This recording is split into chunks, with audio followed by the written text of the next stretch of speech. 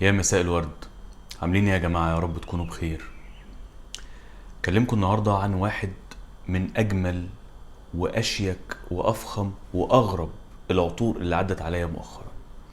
الحقيقة العطر ده انا سمعت عنه كتير وناس كتير رشحتهولي في اللايفات، لكن جالي هدية من صديق عزيز واخ كبير، الحقيقة بعتز جدا بمعرفته.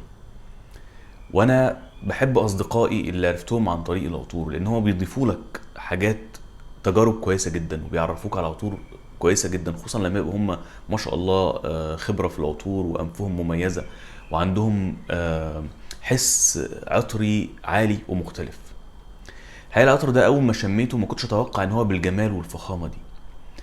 وانا عايزك مش مجرد ما تتفرج على الفيديو تروح تشتري العطر، نصيحة بلاش، عشان ما احسش بالذنب، وفي نفس الوقت عشان ما تحسش ان انت ان انا بكدب عليك. لان انا اللي عارفني كويس هيعرف ان انا وجهة نظري في العطور بتختلف عن ناس كتيرة جدا.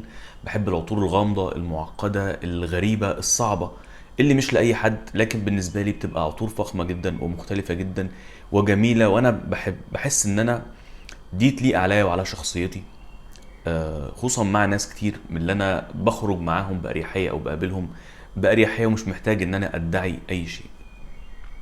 العطر اللي هكلمكم عنه النهارده الحقيقة هو زي ما قلت من افخم العطور اللي عدت عليا مؤخرا. وسر فخامته يمكن انت هتبص على النوتات بتاعته. الاول هقول لكم هو ايه، عشان عارف الناس زمانها قاعده تقول اخلص وخلص وبسرعه وكلام من ده. العطر هو انسنس غيا من دار التات ليبر دورونج او التان ليبر دورونج. انا معرفش بصراحه هم ليه كاتبين الاسم بالانجليزي وكلمه تانية غيا دي بالفرنساوي، مع ان الدار اصلا فرنساوي، بس ما علينا، كل ده ما يهمنيش. الحقيقه ان العطر انا مش هقولك ان انا اتصدمت فيه، لكن ما توقعتش ان هو يبقى بالجمال والفخامه والاداء الصارخ ده، لسبب بسيط. لان انا العطور اللي عدت عليا من الدار دي كانت كلها عطور فريش، جميله، هاديه، لطيفه، كل الناس تحبها، ادائها مش قد كده. لكن العطر ده بصراحه يعني ما توقعتش يبقى بالجمال ده. عطر جميل جدا ومختلف جدا، واللي مخليه مختلف هي نوتة.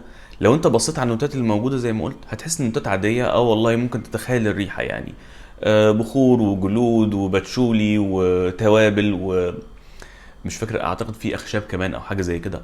لكن في نوتة مميزة جدا في العطر ده، وهي اللي ميزته وودته في مكان تاني مختلف تماما.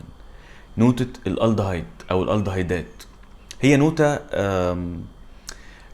يعني نوتة مش موجودة في الطبيعة، هي نوتة صناعية أو بتركب كيميائيا في المعامل، لكن بتديك شعور غريب جدا وتديك إحساس أنت ما كنتش تعرف إن ممكن تشمه في عطور. النوتة دي على فكرة موجودة في كورس بتاع إيف سان لورو، وهي ممكن استغربها في كورس، لكن تحس إن هي عامل أساسي ومساعد ومهم جدا في عطر كورس زي هي موجودة هنا. لكن طبعا كورس بياخد اتجاه حيواني شوية غير انتنس انسنس. المسمى انتنس انسنس يعني البخور المركز او الانتنس او التقيل، لكن العطر مش مجرد بخور فقط. زي ما قلت نوتة الالدهيدات دي خلينا اشرحها بس شوية او اقول لكم هي بتبقى عبارة عن ايه. طبعا لو انت شفت على فرجرانتيكا هتلاقي عبارة عن صورتها موجودة في فرجرانتيكا، عبارة عن سما وفيها شمس ساطعة، يعني سما زرقاء وفيها شمس ساطعة. لكن هل هتقدر تتخيل الريحة؟ صعب، لكن انا هقول لك الريحة عاملة ازاي. مش هقول لك بقى لو انت في سويسرا وبتفتح الشباك بتاعك الصبح تشم ريحه الهواء الفريش النقي اللي في المناطق الخضراء او الجبال الخضراء، لا، سيبك من سويسرا. احنا هنروح الغيط في مصر، او الحقول الخضراء، او المزارع الممتده حواليك.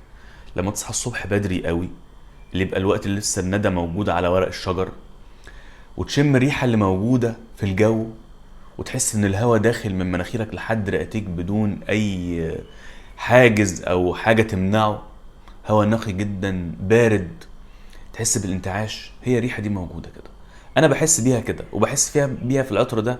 وبرغم ان انا كنت مستغرب شويه هتبقى عامله ازاي في وسط نوتات الجلود والبخور والحاجات دي، لكن بصراحه كانت مبدعه ونقلت العطر في مكان اخر تماما.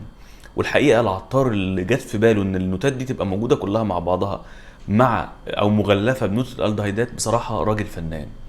ومعرفش هل هو عمل العطر حط المكونات دي حاسس ان هو عادي شويه او موجود او مش مختلف، فقام حاط له النوته دي ولا لا، مش عارف الحقيقه.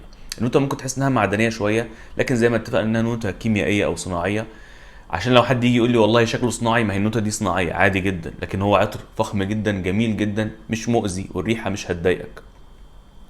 زي ما قلت النوتات الموجوده، هو العطر اولا خطي مش هتحس بتدرج فيه خالص، لكن على طول استعمالك للعطر طول ما انت مستعمله من الصبح لحد بالليل او تاني يوم، لان هو اداؤه قوي جدا وجبار، ممكن تحس ان في نوتة ظهرت شويه وبعد كده نوتة اختفت وبعد كده نوتة ثانيه ظهرت وبعد كده نوتة اختفت وهكذا.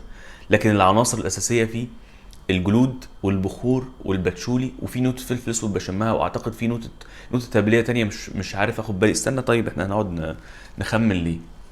ما نشم العطر. انا بصدق ان انا ارشه بصراحه يعني.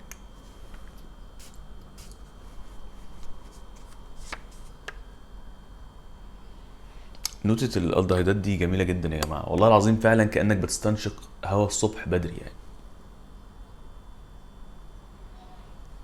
انا بشفق على الناس اللي بتتفرج عليا، بتشوفني بمدح العطور والله وجميل جدا، لكن ممكن يشم العطر ما يعجبوش. يعني العطر ده غريب غريب جدا يا جماعه، ما تتفرجوش عليا وتروحوا تشتروه، نصيحه يعني. حاولوا انكم تجربوه الاول يعني، ارجوكم يعني.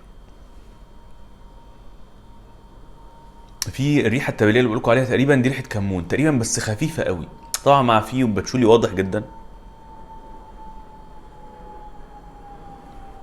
مع الجلود والبخور. بس على فكره البخور اللي هنا مش بخور شرقي يعني، ما تحاولش انك تشم ريحه عود مثلا او عنبر او ورد او كده في البخور، لا. البخور اللي هنا تحس ان هو بخور مغربي شويه، بتاع المغرب العربي، اللي هو بيميل بعض الشيء للروائح التهبيليه، وعشان كده هو قوي جدا وواضح جدا. لكن العطر مش عطر تهبيلي، ما اقدرش اقول لك ان هو عطر تهبيلي ابدا، بالعكس حتى بتشم روائح دخانيه جميله جدا، ما اعرفش مصدرها ايه بصراحه،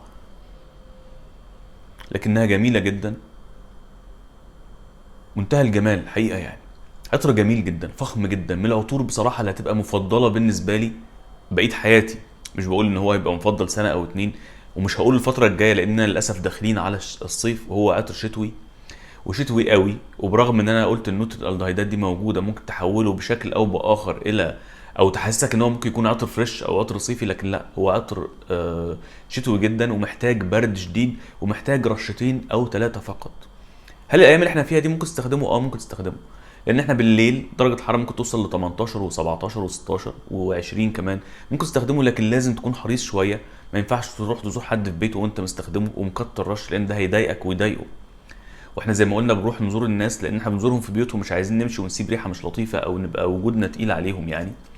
فانت حاول لو هترشه في الصيف او في جو زي اللي احنا فيه دلوقتي، لازم يكون بالليل درجه حراره منخفضه شويه، ويكون مكان مفتوح، ورشتين فقط على كل ايد، من اليمين ومن الشمال في اماكن نبض. ما ترش على رقبتك لانه هو ممكن يضايقك انت قبل اي حد، وفي نفس الوقت ما هتبقى مش قاعد مرتاح يعني. لكن في الشتاء عيش حياتك. عطر جميل جدا جالب الاطراءات، هيتقلك الاطراء اللي انا شخصيا بحبه جدا جدا. ريحتك حلوه بس غريبه. لو انت وصلت لحد هنا في الفيديو ولسه اتفرج عليا، اقول لك نصيحه، ارجوك ارجوك ما تروحش تشتري العطر بدون ما تجربه بعد ما تشوف الفيديو ده. العطر صعب ومش سهل ومش لاي حد، ولو انت عملت كده ورحت اشتريت العطر وما عجبكش، فانا ماليش علاقه، انت حر. ساعتها قدامك حل من اتنين، يا تتقبل العطر وترشه في الشتاء وتستمتع بيه غصب عنك، يا اما تبعت لي الازازه هديه مقبول على فكره يعني. اتكلمت النهارده عن عطر غريب جدا وفخم جدا وجميل جدا، وواحد من مفضلاتي مؤخرا، عطر انتنس انسنس غيا من دار ايتال ليبر دورونج. عطر جميل جدا يا جماعه، جربوه مش هتندموا، ومن العطور بصراحه اللي بالنسبه لي كانت اكتشاف. المره الجايه ان شاء الله نتكلم عن حاجه تانية خالص، استنوني.